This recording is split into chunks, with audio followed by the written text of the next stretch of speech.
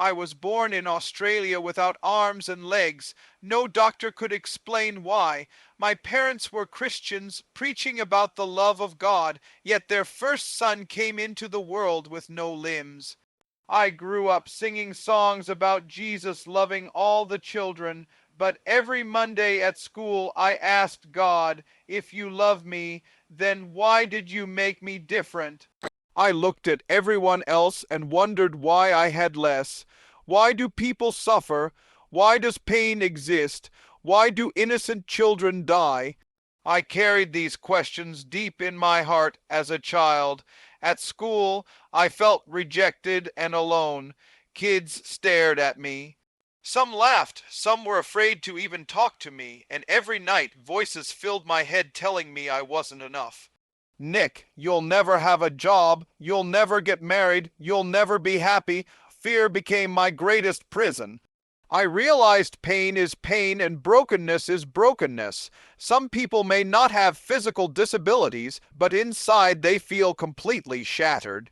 When I was young, I begged God for a miracle. I prayed for arms and legs. I wanted to wake up normal. But year after year, nothing changed. My cousin died of cancer, and I questioned God even more. I thought he forgot me. I thought there was no purpose for my life. But slowly, I began to understand something powerful. When God gives you the why, he also gives you the how. My life was not a mistake. My pain had a purpose. I learned that fear is the biggest disability of all because it can paralyze your soul more than any wheelchair ever could. And that realization became the beginning of my journey toward hope, faith, and discovering who I truly was. As I grew older, the biggest struggle wasn't my body, it was my mind. Every day I fought thoughts telling me I was worthless. I heard lies saying, God has forgotten you, nobody will love you, you'll always be alone. Those lies felt real because pain makes you believe false things about yourself. I saw people around me searching for identity in relationships, popularity, gangs, alcohol, sex, money, and social approval. Everyone wanted to belong somewhere. Everyone wanted to feel loved. I realized many people looked complete on the outside, but were broken inside.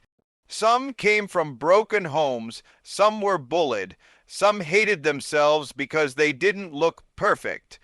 Girls starving themselves because someone called them fat. Boys pretending to be strong while secretly crying at night. The world kept saying, "You're not good enough."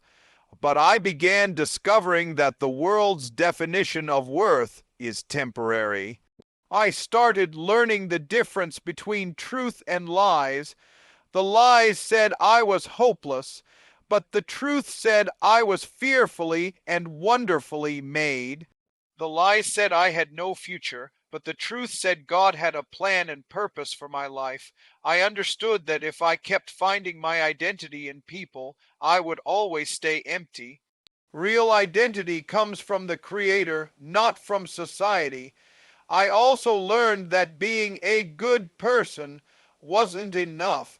I had lied, sinned, and failed many times, but I discovered forgiveness through Jesus Christ. I realized God's grace was greater than my failures. Every day I still struggled. Every day I still needed God. But instead of letting fear define me, I chose faith. Instead of listening to the voices of defeat, I started standing on truth. That truth slowly set me free from the prison in my mind. For many years, I kept asking God for arms and legs. I believed in miracles. I had faith bigger than an avocado seed. But my miracle never came the way I wanted. Then doctors discovered another problem, a rare disease in my spine. They told me my spinal cord was collapsing from the inside and one day I may never move again. I was devastated. I thought, God, haven't I suffered enough already? People prayed for me constantly, and something incredible happened. Part of my damaged spine began healing. Doctors could not explain it. What was once hollow started closing up. It reminded me that miracles are real, whether people believe in them or not. But then God showed me an even deeper truth. The greatest miracle is not physical healing, it is spiritual transformation. I finally understood that sometimes when God doesn't give you a miracle, He makes your life become the miracle. My disability became my testimony. My weakness became a message of hope for millions. Instead of asking why me, I started asking how can God use me? At 19 years old, I gave my first speech in front of students in Australia. I only spoke for a few minutes, but halfway through, students were crying. One girl hugged me and whispered, "Nobody has ever told me I'm beautiful." In that moment, everything changed. I realized my pain had a purpose bigger than myself. God could use my brokenness to heal others. I stopped focusing on what I didn't have and started focusing on what God could do through me.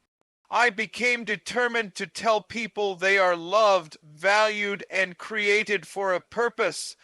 My life was no longer about my disability. It became about helping people overcome the invisible disabilities inside their hearts: fear, depression, loneliness, shame, and hopelessness. As I traveled around the world speaking, I saw unbelievable pain. I met children abandoned because of disabilities. I met people trapped in addiction, trafficking, and violence. I met teenagers who wanted to end their lives because they felt unloved. Everywhere I went, I saw the same hunger people desperately searching for hope. One story changed me forever. I met a pastor in Russia who planted a church in mafia territory. The mafia warned him to stop, but he refused to leave because he believed God called him there.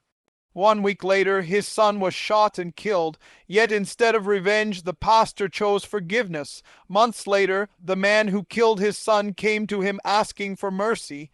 The pastor had already forgiven him. That murderer gave his life to God and eventually helped transform entire mafia communities. I witnessed how forgiveness can destroy darkness stronger than hatred ever could. I began telling people everywhere, don't fight only horizontal battles with people, fight vertical battles through prayer. The real war is spiritual. Fear, addiction, hate, rejection, depression, these things destroy lives every day. But faith can rebuild what fear destroys. I challenged young people not to follow the crowd blindly. Society says you must drink, swear, sleep around, or fit in to matter. But truth doesn't come from culture. Truth comes from God. I encouraged people to stop chasing temporary identity and start living for eternal purpose. Everywhere I spoke, people came forward broken, crying, hopeless, and many left believing again. I realized God was using a man without arms and legs to reach hearts all over the world. My weakness was becoming evidence that God can use anyone willing to surrender their life to Him. Today, people ask me how I stay positive without arms and legs. The answer is simple. I know who my God is. That makes me the richest man on earth. The greatest miracle in my life was never physical healing. It was forgiveness, peace, and purpose. I still fail every day. I still struggle. I still need grace every single morning. But I know God never fails me. His mercy renews every day. I'm still under construction, and that's okay. Faith is not about becoming perfect overnight. Faith is trusting God while He continues shaping you. One day I met a little boy born exactly like me, no arms, no legs, even a small foot like mine. His mother hugged me with tears in her eyes because she finally saw hope for her son's future. That moment reminded me why my story matters.